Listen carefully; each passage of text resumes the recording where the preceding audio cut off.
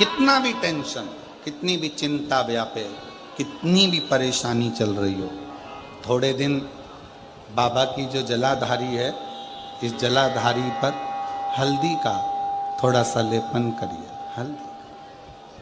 हल्दी का लेपन कर कर जिस पात्र से शिवजी को जल चढ़ाओगी, उसी पात्र पर अपनी 3 उंगलियों का स्पर्श हल्दी का कर कर फिर बाबा को कुंदकेश्वर महादेव के नाम से जल चढ़ाना प्रारंभ करें। जो हल्दी का लेपन आपने जलाधारी पर करा है, उसी जलाधारी की 1 उंगली कलश पर लगाकर लेकर आओ। घर के अंदर जब प्रवेश करो या व्यापार में प्रवेश करो, तो जो कलश पर हल्दी लगाकर लाए हो, वही दरवाजे के ऊपर थोड़ी सी मात्रा में कुंदकेश्वर महादेव के नाम। एक क्रोध और उस क्रोध का संयमित होना बहुत जरूरी है भगवान की भक्ति को प्राप्त करने के लिए। मेरे भगवान श्री राम जी को प्राप्त करना है, भगवान श्री कृष्ण जी को प्राप्त करना है, भगवान शंकर जी को प्राप्त करना है, भगवान देवादिदेव महादेव को प्राप्त करना है, तो उसमें मूल है आपके क्रोध को थोड़ा संयमित रखिए। दक्ष प्रजापति के घर में, दक्ष प्रजापति के घर में मां सती का जन्म हुआ। दक्ष प्रजापति के घर में मां सती का प्रागट्य हुआ।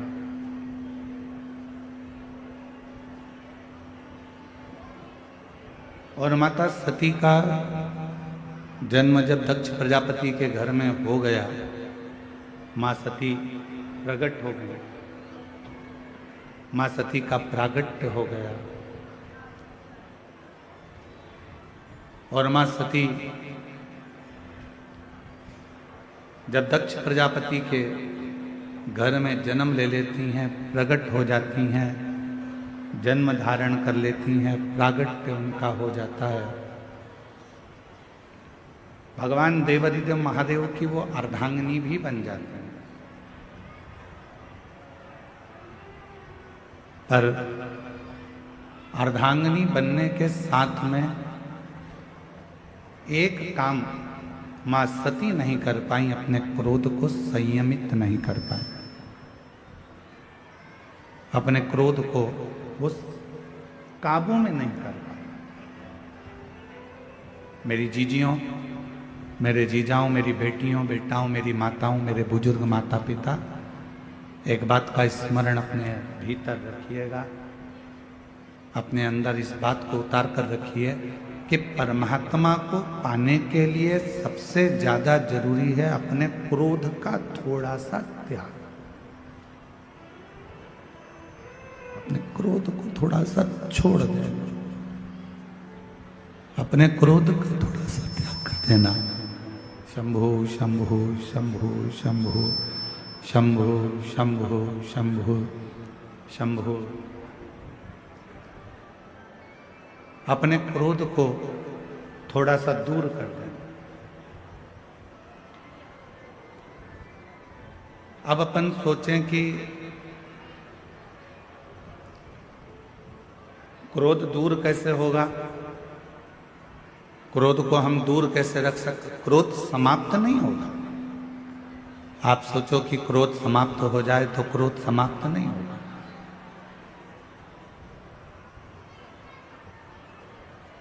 क्रोध थोड़ा सा दूर हो सकता है, पर समाप्त नहीं हो सकता।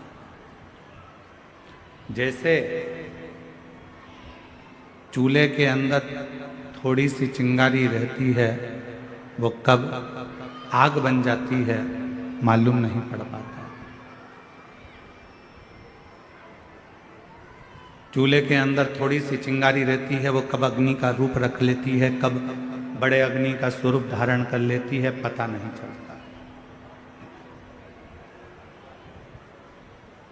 उसी तरह जब हमारे भीतर थोड़ा सा क्रोध होता है, थोड़ा सा गुस्सा होता है, क्रोध होता है, तो वो एक न एक दिन प्रगट में बहुत बड़ी अग्नि का रूप रख लेता है और बहुत अग्नि का रूप रखकर समाप्त कर देता है।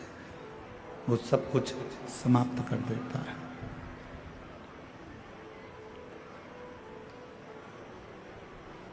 इसलिए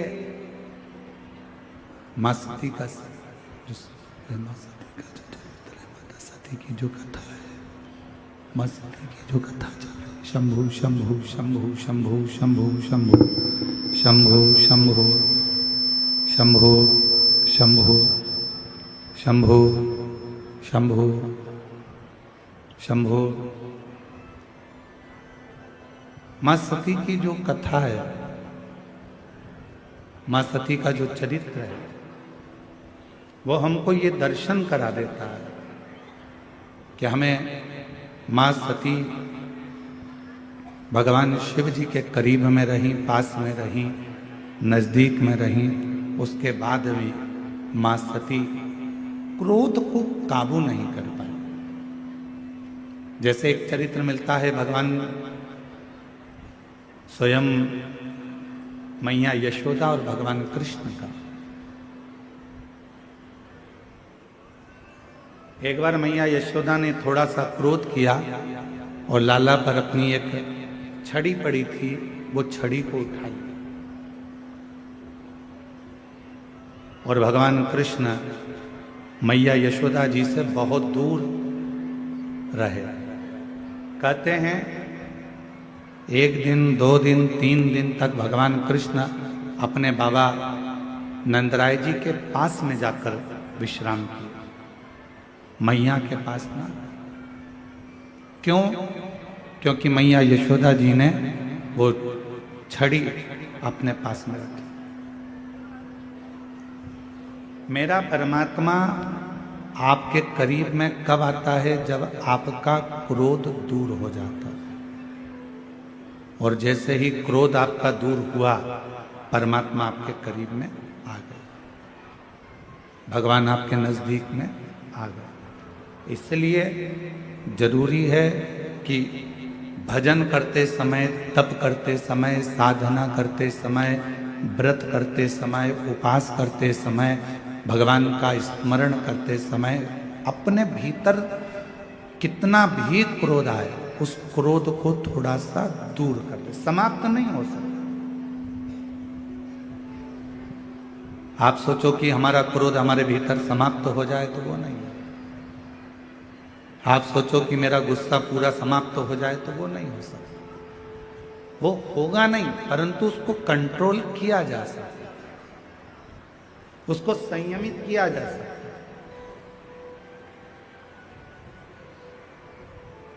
और भोला सब दुख काटो ओ भोला सब दुख काटो। शिव शंकर जपो तेरी माला, भोले बाबा जपो तेरी माला, भोला सब दुख काटो ओ भोला सब दुख काटो। तो क्रोध को संयमित करना जरूरी है। क्रोध को अपनी ओर संयमित करे।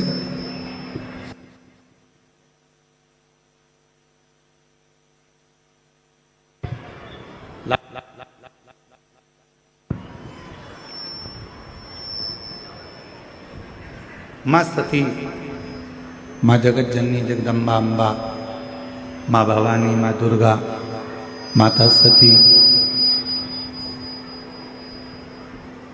जब मंगल विवाह माता सती का हुआ और सती जी का विवाह होने के बाद भगवान शिव माँ सती को नंदी पर बिठाकर कुंभज बाबा के आश्रम में कथा श्रवण कराने के लिए लेकर जा। थोड़ा ध्यान दीजिएगा कथा पर।